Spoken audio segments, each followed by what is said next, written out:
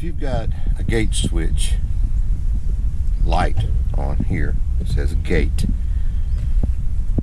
and it won't go away, there's a couple of problems.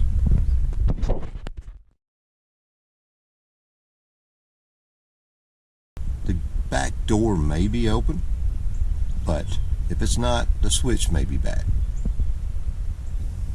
I'll show you how to disable that.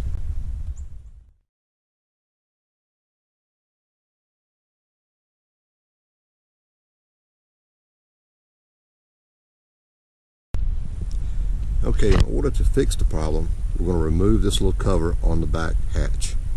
We'll pry in the center with a screwdriver, pop this loose, and we'll disconnect the purple and black wire.